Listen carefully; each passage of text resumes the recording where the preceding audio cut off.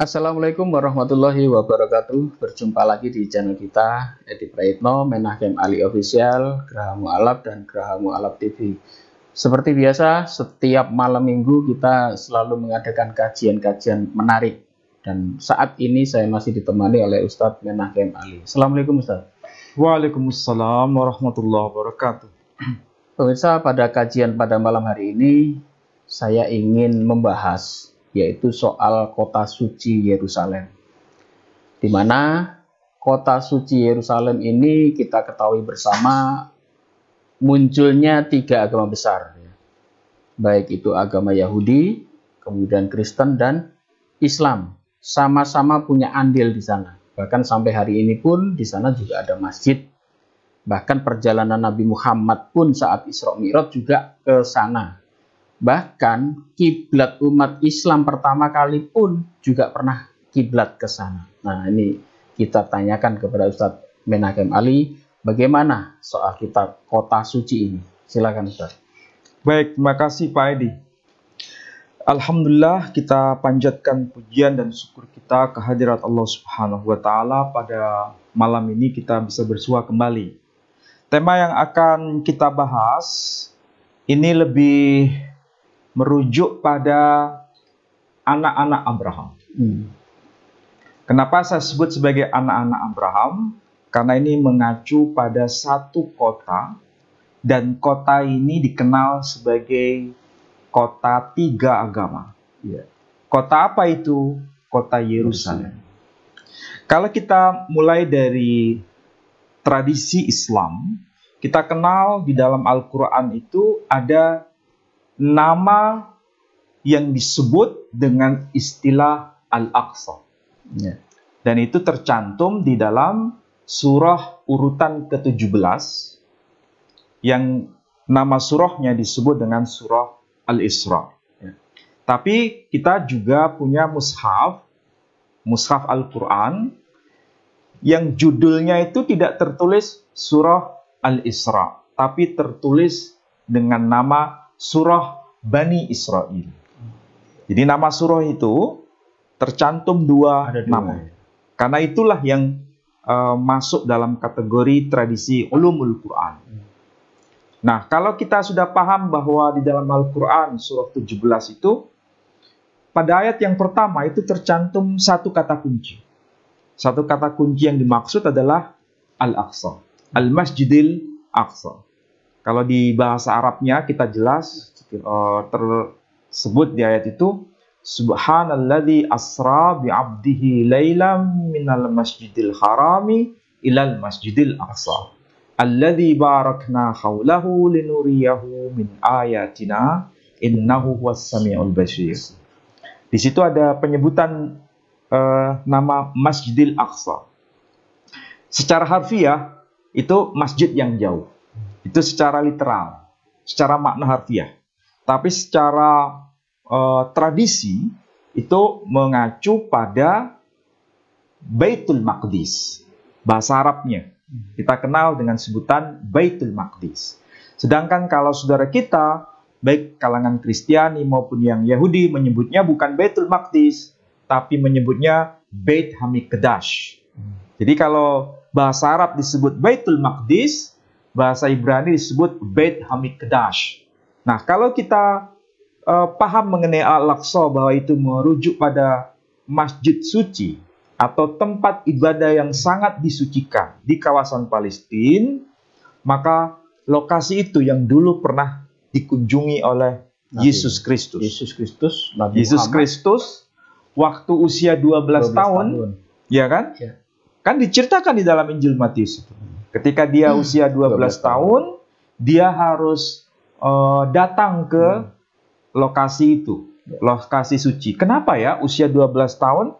Karena usia 12 tahun dalam tradisi Yahudi itu kaitannya dengan bar mizwah. Kalau perempuan, bat mizwah. Bat mizwah perempuan. Kalau laki-laki, bar mizwah. Artinya seseorang sudah dikenai taklif, dikenai kewajiban melaksanakan syariat hukum Taurat. Maka salah satunya adalah melakukan kunjungan suci ke kota Yerusalem. Bahkan ada kunjungan tiap tahunnya dinamakan Al-Hajj itu. Sebetulnya tiga kali setahun. Oh, 3 kali. 3 kali ya. Perayaan Paskah, kemudian perayaan Pondok Daun, dan ya ada satu lagi. Ada 3. Tapi yang terkenal adalah perayaan Paskah. Jadi waktu Yesus ditampilkan dalam Injil Matius itu perayaan Paskah. Dia datang ke kawasan Yerusalem. Tapi di sini harus dijelas lagi, Paskah di sini bukan Paskahnya Kristen ya. Oh, itu Paskahnya Yahudi. Ya, Paskahnya Yahudi. Jadi bukan dalam konteks Kristen, tapi Paskah Yahudi. Karena waktu itu kan Kristen belum eksis. Karena Yesus waktu itu masih usia 12 tahun, ya kan? Istilah Yahudinya bukan Paskah ya, apa? Pesah. Pesah itu artinya melewati. Karena itu memperingati bagaimana orang Yahudi itu melewati Laut Merah dari kejaran tentara Firaun. Di situ ada penyelamatan Tuhan membersamai Bani Israel untuk selamat dari pasukan-pasukan Firaun. Sama kematian putra tunggal anak-anak Israel itu ya. Ya, itu konteksnya Paskah. Jadi kalau kembali pada tradisi Kristen, memang ada kaitan dengan Yerusalem. Tradisi Islam ada juga kaitan dengan Yerusalem pada saat Nabi Isra. Jadi saat Nabi Isra itu dari Makkah menuju Masjidil Aqsa. Jadi Masjidil Haram ke Masjidil Aqsa. Bahkan kiblat kita juga ke sana pertama. Ya, kiblat kita awalnya di sana, di Masjidil Aqsa atau Beit Hamikdash. Kemudian bergeser ke Masjidil Haram. Nah, tentu saja ini jangan disalah tafsirkan bahwa kenapa ada pergeseran. Karena Masjidil Haram itu masjid yang tertua dan itu ada jejak bapaknya para nabi. Ibrahim.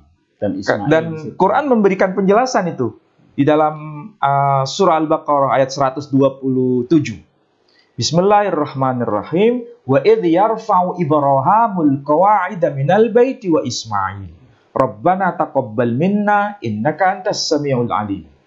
Dan ingatlah tatkala Ibrahim menegakkan pondasi rumah Tuhan bersama sang putra yakni Ismail. Kemudian keduanya berdoa, Rabbana taqabbal minna innaka antas samiul alim. Wahai ya Rabb, ya Tuhan kami, terimalah apa yang sudah kami lakukan ini. Sesungguhnya Engkau Maha mendengar, lagi Maha mengetahui. Jadi di sini ada bapak para nabi yang namanya disebut Ibrahim. Pak Edi nggak tanya, kenapa kok namanya dalam Quran disebut Ibrahim? Iya, ada Ibrahim, ada Ibrahim. Ini sekaligus menvalidasi bahwa Islam itu bukan agama yang tiba-tiba muncul, tapi ada koneksitas dengan risalah para nabi sebelumnya. Karena kalau dalam bahasa Arab, Quran menyebut Ibrahim. Sedangkan dalam tradisi Kristen dan tradisi Yahudi, itu kan pakai bahasa Ibrani. Abraham. Menyebutnya bukan Ibrahim, menyebutnya bukan dengan Ibrahim, tapi menyebutnya Abraham. Selain itu juga disebut Abram sebelumnya itu. Tradisi Hindu malah ada kedekatan dengan itu. Karena dalam kitab Bhavisva Purana, beliau disebut dengan nama dengan sebutan Abhiram. Jadi Abhiram, Abraham,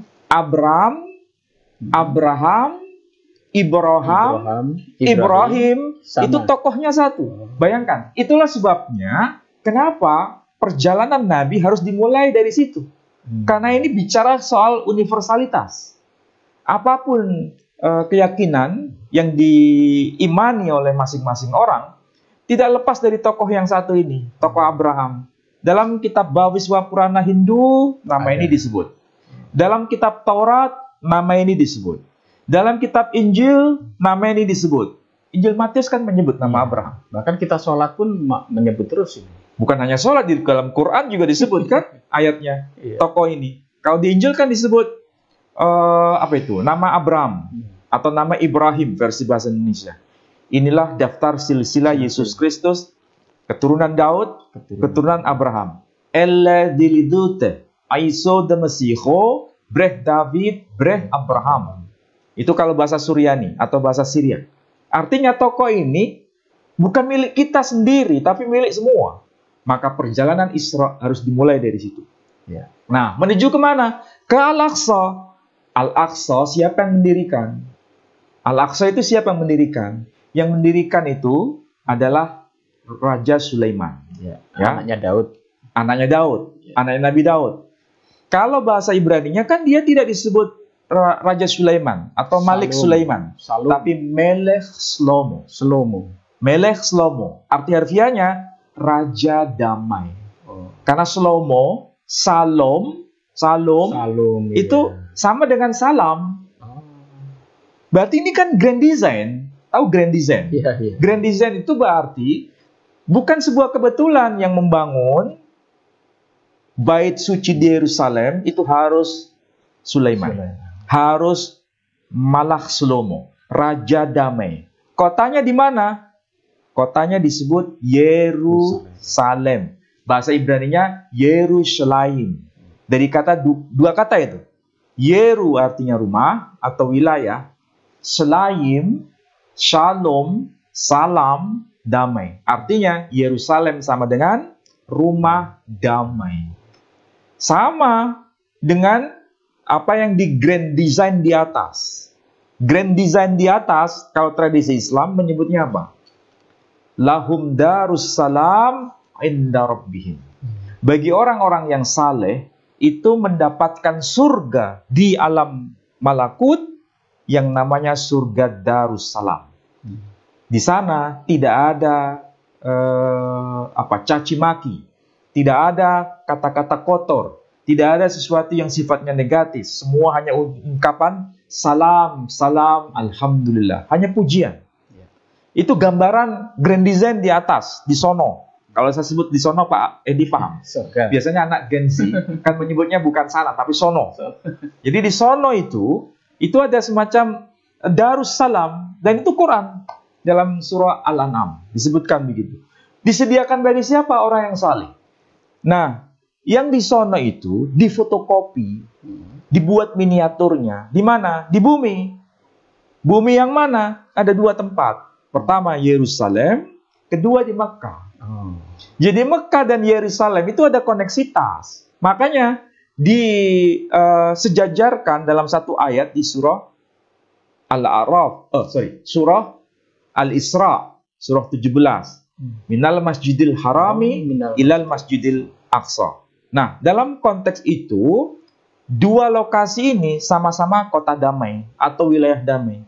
Makanya kalau Mekah kan di dalam Quran disebut Wattini wazaitun waturi sinin wahadal baladil amin.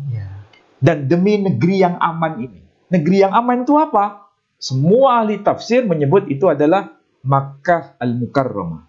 Dan Nabi mengajarkan itulah yang dimaksud Makkah Al-Mukarramah. Baik itu wilayah damai. Sama persis seperti yang ada di Yerusalem. Wilayah damai. Ini grand design. Ya. Tapi gini, ini sering ditanyakan ya. Soal Masjidil Aqsa, Masjidil Haram ke Masjidil Aqsa. Padahal waktu itu kan belum ada Masjidil Aqsa di situ. Di zaman Nabi Muhammad itu sering ditanyakan. Iya, memang kalau istilah Masjidil Aqsa dengan bentuk fisik yang sekarang itu memang tidak seperti yang dimaksudkan Quran.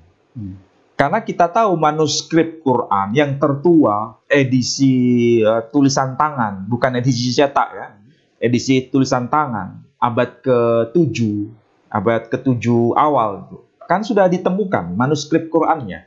Ternyata tercantum ayat itu, minal masjidil harami ilal masjidil aqsa, tercantum Quran Mushaf San'a, sudah ditemukan. Ada catatan mengenai nama itu, Masjidil Harami ilal Masjidil Aqsa. Berarti memang itu sudah menjadi bagian dari ayat Quran. Bukan muncul masa belakangan. Bangunan fisiknya itu muncul masa belakangan. Karena dibangun oleh Khalifah Marwan. Khalifah Marwan yang membangun. Tetapi yang dimaksud Quran bukan masjid yang dibangun oleh Khalifah Marwan. Tapi lokasi reruntuhan itu yang dimaksud dengan istilah Al-Masjidil Aqsa. Jadi bukan hanya bangunan yang warna kuning itu. Bukan itu yang dimaksud. Ini menarik Ustadz ya. Kenapa? Soalnya kalau Ustadz Ali tadi bilang ini Yerusalem kota yang dilindungi, kota suci dan sebagainya. Ternyata Yerusalem itu diruntuhkan sampai 2 kali. Bahkan Yesus berkata 2 batu pun tidak tidak tersusun. Tidak ada kan? satu batu pun yang tersusun, tertata di bangunan. Iya, berarti rata. Ya. Ternyata dibangun kembali oleh umat Islam ya di zaman itu. Ya. Bahkan berdiri masjid itu. Tapi Gimana? ucapan Yesus itu menarik. Dia bilang tidak ada satupun bata yang tersusun pada tempatnya. Dia kan bilang begitu. Iya. Artinya itu kan sepertinya harus hancur total. Iya. Tapi faktanya tidak. Ada satu kawasan yang tidak hancur, yang sampai hari ini masih berdiri tegak. Tembok Itu ratapan. yang disebut tembok ratapan. Hanya itu. Hanya sisanya. Itu kan jadi sesuatu pertanyaan. Kenapa yang dikatakan Yesus tidak seperti fakta yang terjadi? Bukan itu sebetulnya. Dia menggunakan bahasa itu adalah bahasa parabol. Bahasa parabol itu adalah bahasa hiperbol. Bahasa parabol. Bahasa hiperbol. Hiperbol itu melebih-lebihkan. Dan itu tidak salah. Tapi memang hancur ya. Memang hancur, tapi ada yang tersisa. Iya. Jadi tembok ratapan itu yang tersisa. Sekaligus tiang-tiangnya. Tiang-tiangnya itu, makanya ketika Nabi Isra Mi'raj kan ditanya, berapa tiang-tiang masih ada? Nabi jawab, tiangnya ada ini. Dia jawab, Tiangnya karena masih ada. loh, tiang-tiangnya kan masih ada sampai hari ini. Sampai hari ini. Betul. Dan itu terjadi ketika hancur, itu tahun 70 Masehi. Tiang-tiang itu masih ada, tapi tiangnya reruntuhan. Iya. Jadi bukan utuh. Sedangkan Masjid Al-Aqsa-nya itu memang yang sekarang yang bagus itu dibangun oleh Khalifah Marwan. Itu baru masa belakangan. Sedangkan yang dimaksud Quran itu wilayah komplek keseluruhan. Jadi tidak ada yang salah di situ. Jadi yang salah itu yang memahami.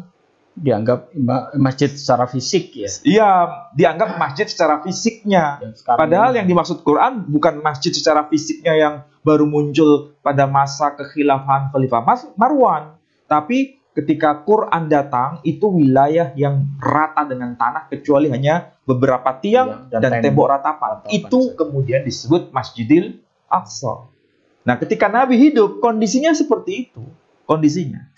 Mungkin itu orang Israel sampai sekarang menanti-nantikan Mesias untuk mendirikan ulang. Betul. Dan jadi, itu yang 3 kali ya. Yang dimaksud pembangunan Bait Suci yang ketiga. Ya. Pembangunan Bait Suci yang ketiga. Di akhir zaman nanti ya. itu ya. Tapi di dalam kitab Pirkei Eliezer, tafsir kitab Kejadian yang paling tua dalam tradisi Yahudi, disusun abad pertama Masehi, bahwa kaum Ismail yang akan menegakkan bangunan yang ketiga. Oh, justru orang Israel. Masa. Ada dalam kitab Pirkei Eliezer. Dan itu yang membangun adalah Me Bnei Ismail, dari antara kaum Ismail. Disebutkan begitu teksnya. Nah, masalahnya tadi kan saya sebut grand design. Ya. Grand design itu berarti Tuhan, Allah Subhanahu wa Ta'ala itu merancang, itu seperti surga yang turun ke bumi. Ini amanat kitab suci semua agama sebetulnya. Islam kan jelas, Darussalam itu ada di sono. Tapi sekaligus Darussalam juga ada di bumi. Dan apa yang dikatakan Yesus sendiri, itu persis seperti yang dimaksudkan Quran. Ketika dia mengajarkan apa? Doa Bapa kami. Damai di bumi. Doa Bapa kami. Iya. Nah, ini doa Bapa kami ya. Jadikan doa Bapa kami yang versi bahasa Ibrani kan Yesus Kristus kan dia penutur bahasa ibunya. Bisa bahasa Suryani, bisa bahasa Aram, ya kan?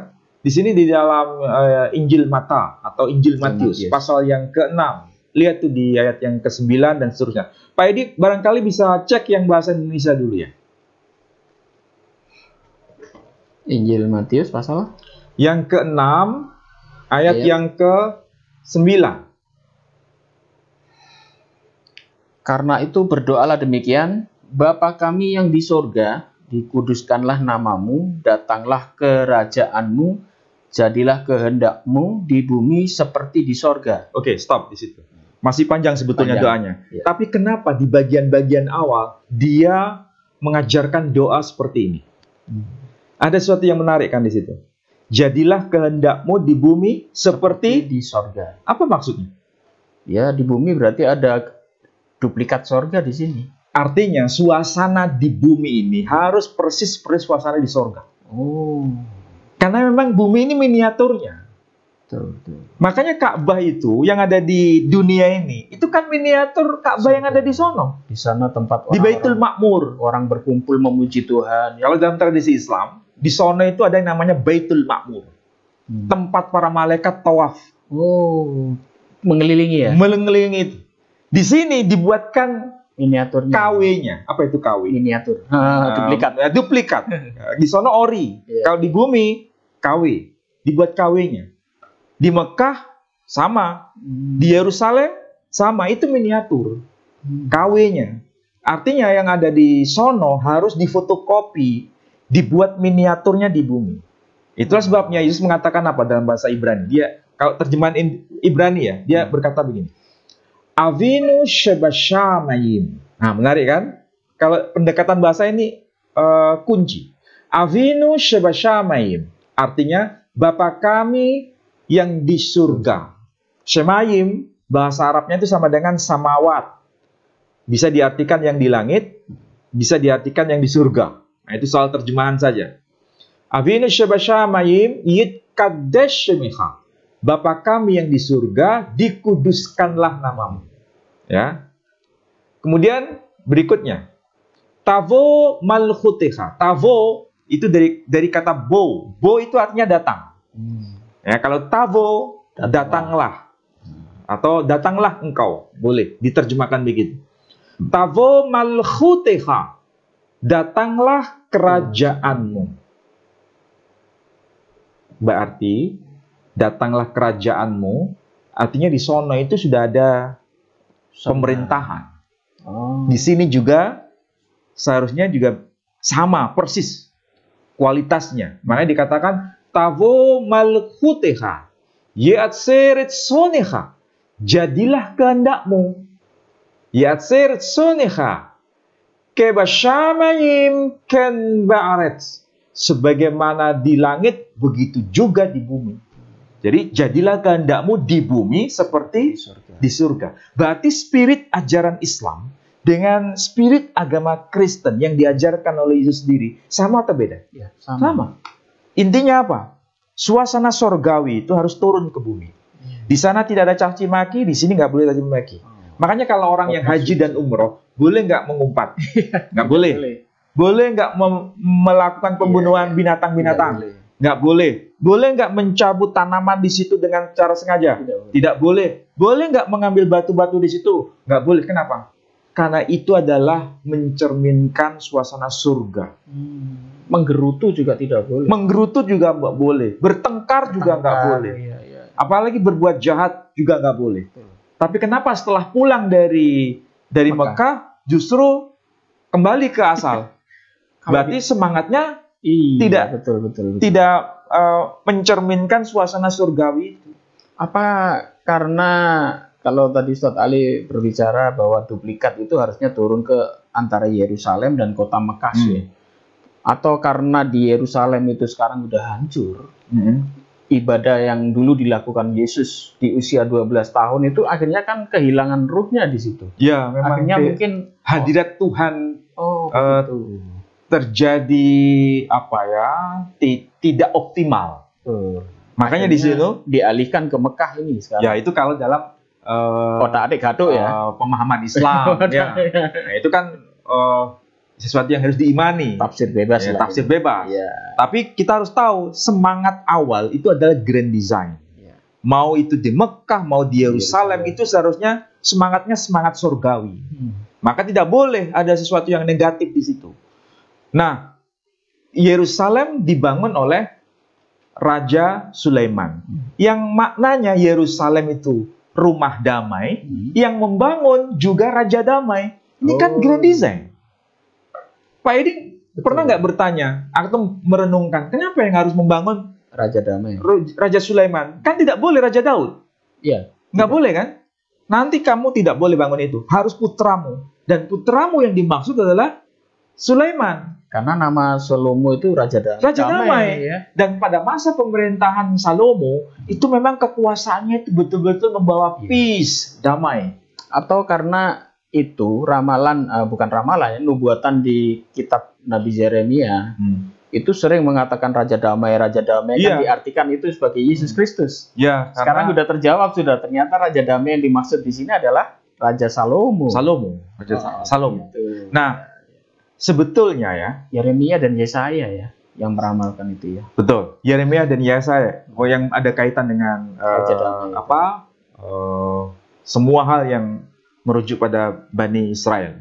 Nah, kalau grand design kayak seperti itu, berarti ini pasti ada sesuatu yang kaitannya dengan masa lalu. Masa lalu siapa? Nenek moyang dari semua. Nabi Ibrahim. Sebelum Ibrahim malahan. Oh, Kepada siapa? Nabi Adam. Melkisedek. Oh, Nah, Melkisedek. coba lihat dalam kitab Kejadian. Oh, Melkisedek. Lihat kitab Kejadian. Kitab Kejadian Kejadian pasal berapa? 14, 18 ya. 14, 18. Kejadian pasal 14-18. Melkisedek, Raja Salem, membawa roti dan anggur. Ia seorang imam Allah yang maha tinggi. Melkisedek, Raja Salem, membawa roti dan anggur. Ia seorang imam Allah ya, yang maha tinggi. Membawa anggur kepada siapa itu? Tolong dilanjutkan teksnya. Lalu ia memberkati Abram, katanya. Diberkatilah kiranya Abram oleh Allah yang maha tinggi, pencipta langit dan bumi. Dan terpujilah Allah yang maha tinggi yang telah menyerahkan musuhmu ke tanganmu. Lalu Abram memberikan kepadanya 1/10 dari semuanya. Berkatalah Raja Sodom itu kepada Abram, berikanlah kepadaku orang-orang itu dan ambillah untukmu harta benda itu. Dan seterusnya. Dan Oke, seterusnya.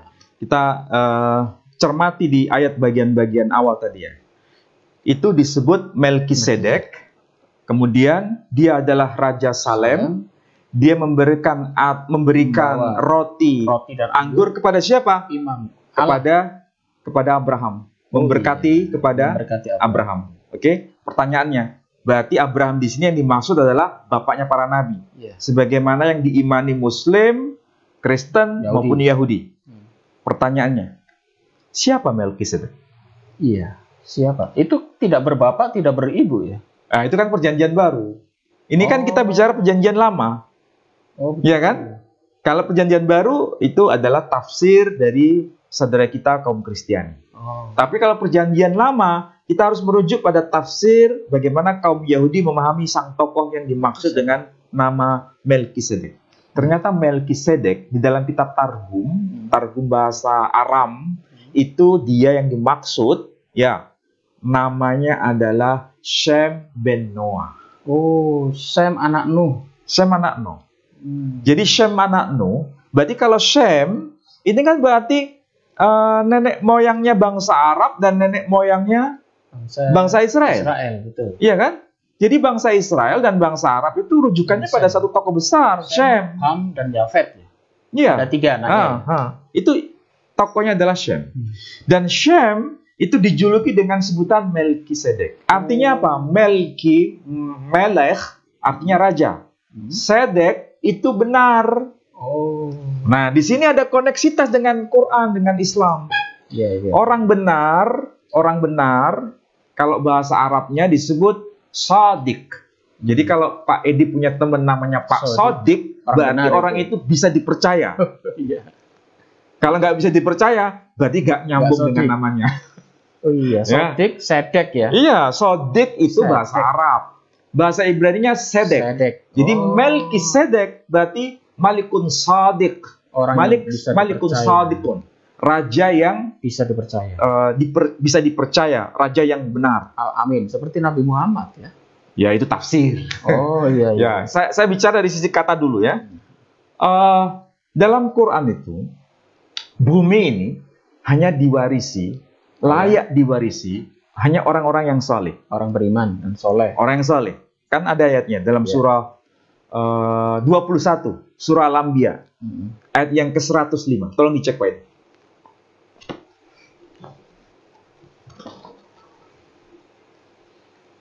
105 ayatnya. Ayat apa tuh? Surat 21. 21. Al-Anbiya.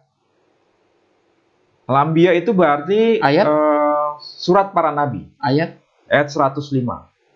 105. Dan sungguh telah kami tulis di dalam Zabur, setelah tertulis di dalam Az-Zikr, Lauhul Mahfuz, bahwa bumi ini akan diwarisi oleh hamba-hambaku yang soleh. Nah, itu arti harfiahnya ya.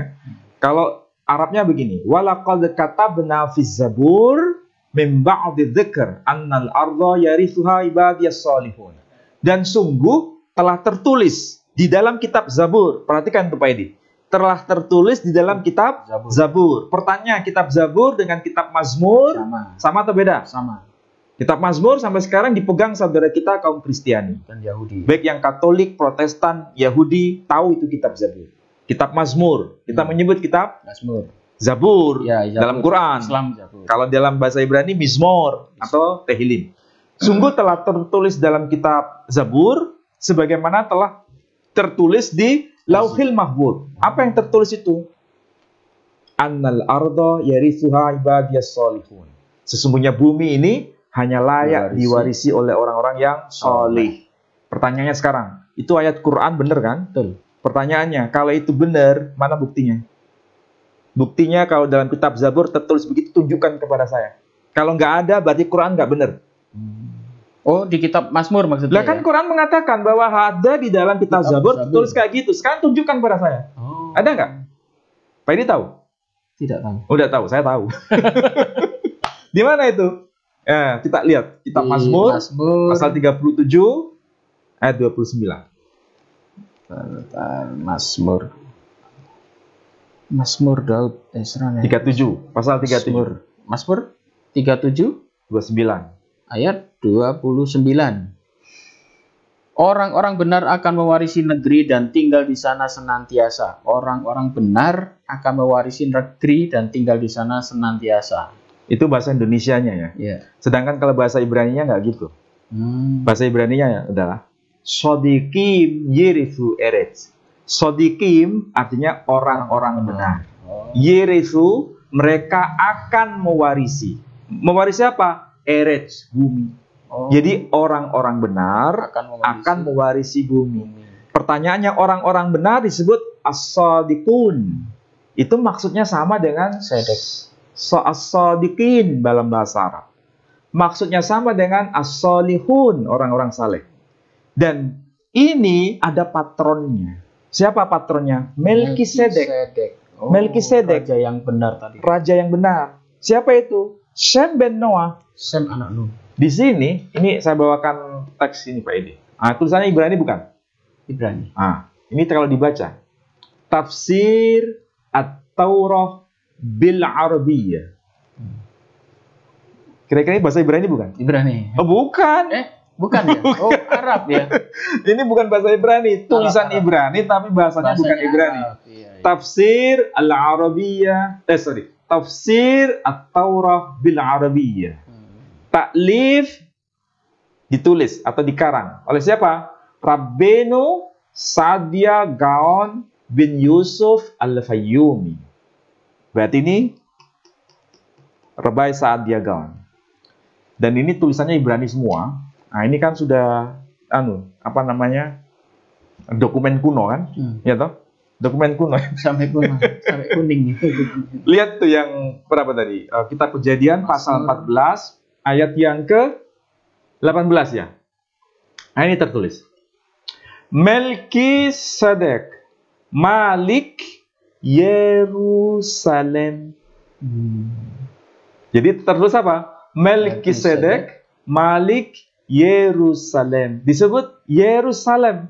Kalau bahasa versi bahasa Yudeo-Arabi, di sini tidak tertulis Salem, tapi Yerusalem. Ini kan ada yod, ada res, ada vav. Dibaca Yeru.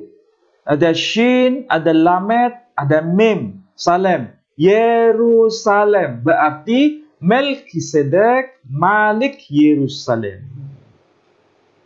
Berarti betul kan? Berarti siapa yang disebut Shem ben Noah, datuknya bangsa Israel dan datuknya bangsa Arab, itu adalah orang yang benar.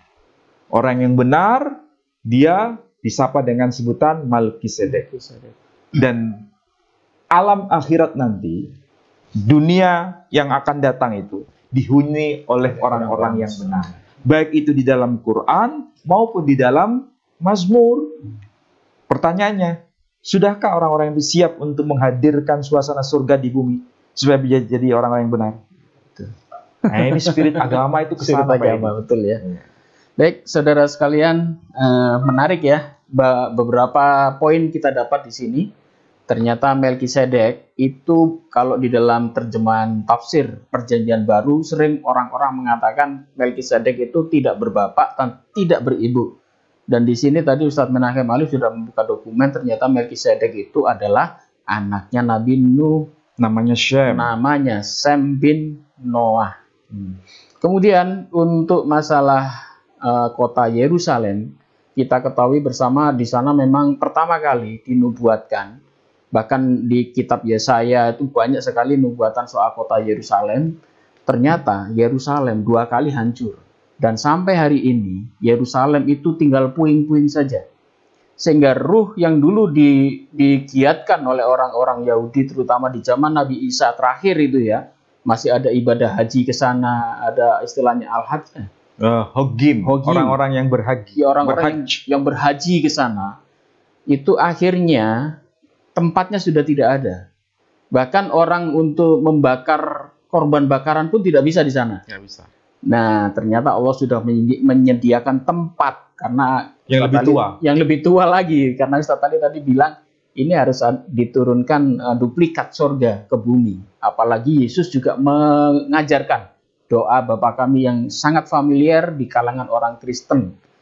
Dan ternyata kota Yerusalem dan kota Mekah, apalagi di dalam kisah Isra Mi'raj juga disebutkan di sana, antara keistimewaan dari kota Masjidil Haram dan Masjidil Aqsa ternyata terbukti di sini.